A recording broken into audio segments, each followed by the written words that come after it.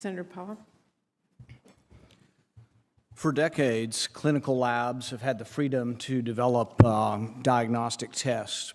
We have thousands of clinical labs. They have a rigorous certification process. Many of them are our leading universities.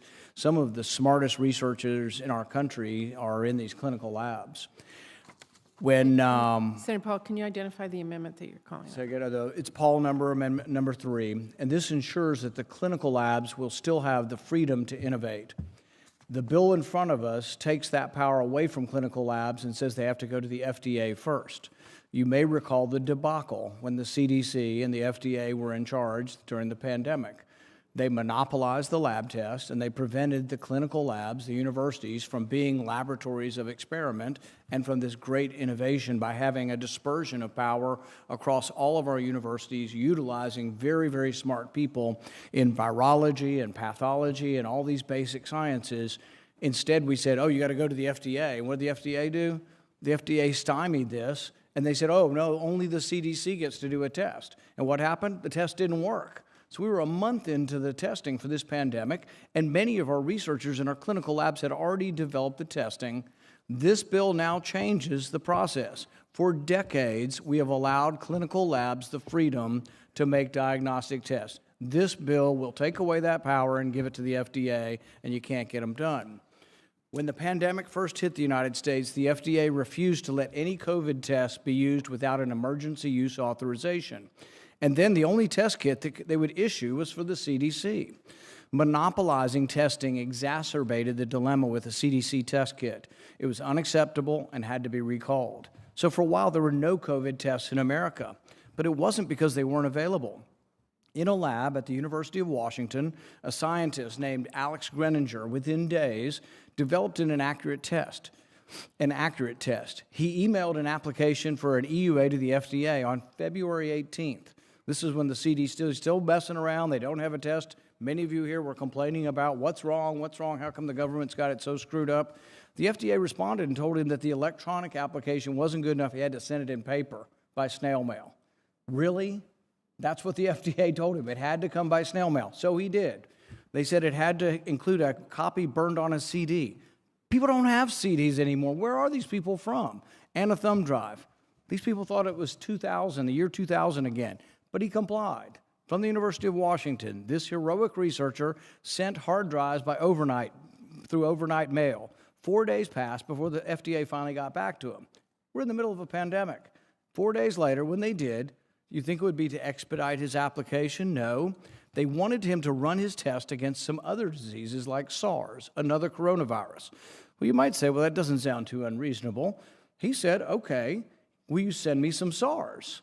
And they said, no, we just can't give it out to anybody. He's one of the leading researchers in the field. They wouldn't send him. They said, we can't prove your test works unless you test it on SARS, but they wouldn't let him have any of the SARS to test it on. By the time Dr. Greninger could finally get a sample of the material he needed, the U.S. had its first confirmed COVID death in his own state of Washington. And wouldn't you know it, that very same day, the FDA decided to set aside and start letting individual labs test for COVID. We lost a month. This is the kind of red tape Congress should keep in mind when deciding how lab tests should be regulated. Everything about the COVID nightmare and the testing informs us we shouldn't do what's in the bill. What we're doing is monopolizing this in the FDA. It currently is dispersed to all of these clinical labs, thousands of them, that are significantly regulated and certified by the government and full of some of our best research in the country. We're going to say they can't make the test without authority from the central authority here who screwed it up during the pandemic. So we're expecting them to do a better job the next time, but we're taking away the freedom to innovate.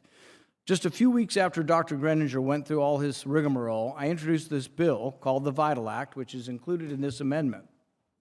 The VITAL Act clarifies that the law already is. CMS regulates lab-developed tests, not the FDA.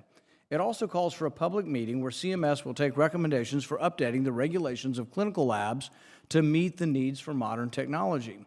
Lastly, the VITAL Act requires HHS to report to Congress about the availability and use of lab-developed tests during the COVID-19 response. I have a letter in support of this amendment signed by 30 pathology associations and academic labs, including the University of Washington, where Dr. Greninger works, as well as Penn State, the University of Vermont Health Network, pathology departments at Duke, UNC, East Carolina, Tulane, the University of Minnesota, the University of Pennsylvania, the University of Alabama, and many others. Bringing lab-developed tests under FDA will allow big drug companies to have monopolies on tests for diseases like cancer. It will also stop patients from getting access to better versions of the test.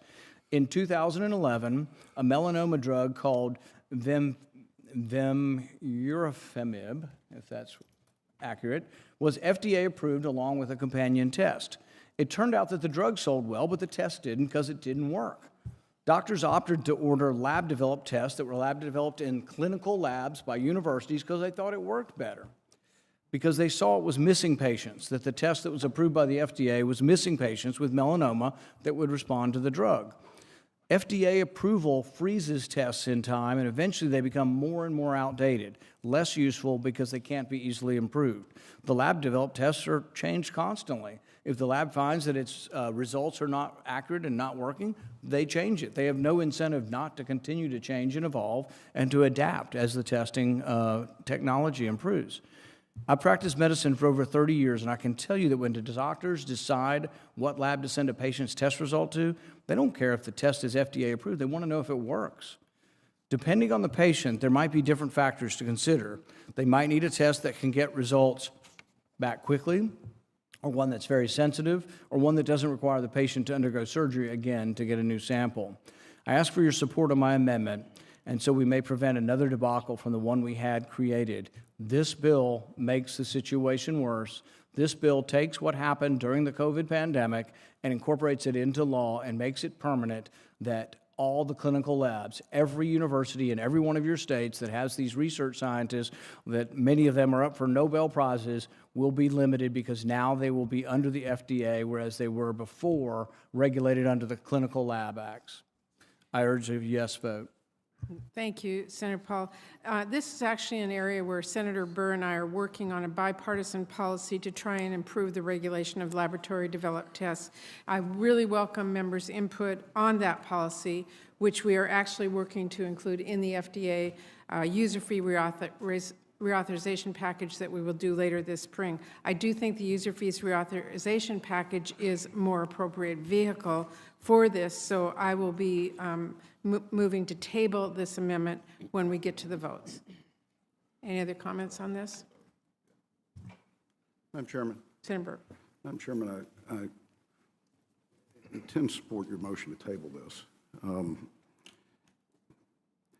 I agree with Senator Paul, we need more clarity to the regulatory architecture of diagnostic tests.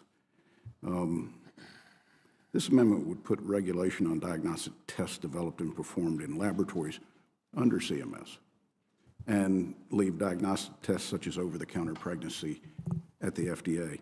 Now, this is not the first time we've discussed this. I introduced a bill last year to create diagnostic test regulation framework at the FDA that would bring certainty to the regulatory process, keep FDA from over-regulating laboratories, and create a predictable risk-based pathway for diagnostic tests.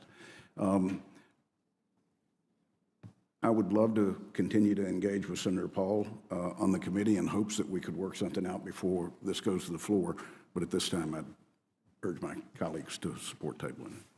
Other comments on this amendment?